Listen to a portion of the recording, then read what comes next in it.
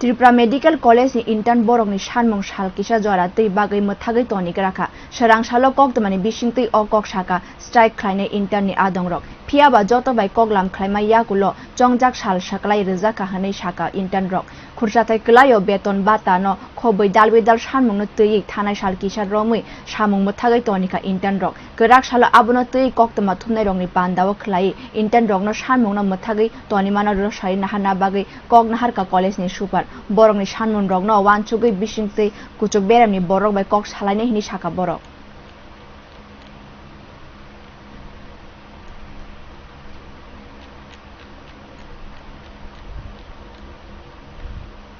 এবং এখন আমরা নিজেদের মধ্যে আজকে আমাদের নিজেদের মধ্যে সবাই আসছে আস্তে আস্তে হয়তো দেখছেন বৃষ্টির জন্য সবাই দেরি হচ্ছে আসতে সবার মধ্যে নিজেরা মিটিং করে ডিসাইড করব এবং এমনি আমরা একটা পর্যায়ে পৌঁছেছি বা আমরা একটা ডিসিশন নিতে চলেছি যে আমরা টেম্পোরারিলি উইথহেল্ড করছি ঠিক আছে এবং কবে করছি সেটা আমরা আপাতত জানাতে পারছি না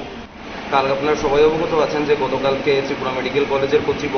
কর্তৃপক্ষের তরফ হতে একটা সাংবাদিক সম্মেলন করে জানানো হয়েছে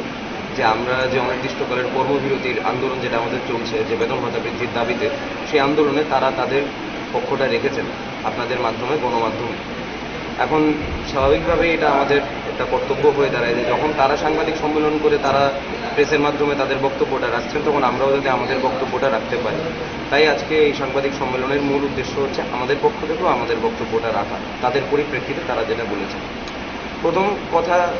আপনারা সবাই জানেন যে কিছু কিছু জিনিস তুলে ধরা হয়েছে কর্তৃপক্ষের পক্ষ থেকে যে আমাদের আন্দোলনে কী কী ভুল থাকতে পারে বা আমাদের আন্দোলনে কী কী ত্রুটি ছিল বা কোন কোন জিনিসটা আমাদের ঠিক হয়নি বিভিন্ন বিষয়ে কিন্তু বা তারা আমাদের কাজ ইত্যাদি অনেক কিছু নিয়েও তারা মন্তব্য করেছেন সব কিছুকেই আমি তার পরিপ্রেক্ষিতে একটু আপনাদের মাধ্যমে আমাদের পক্ষটা রাখতে চাই প্রথম কথা তারা বলেছেন যে আমরা কোনো প্রায়র অ্যাপ্লিকেশন কোনো প্রায়র নোটিশের কথা তারা বলতে চাইছেন সেগুলো এমন এমন রাজ্যে সেই প্রাইভেট কলেজগুলো আছে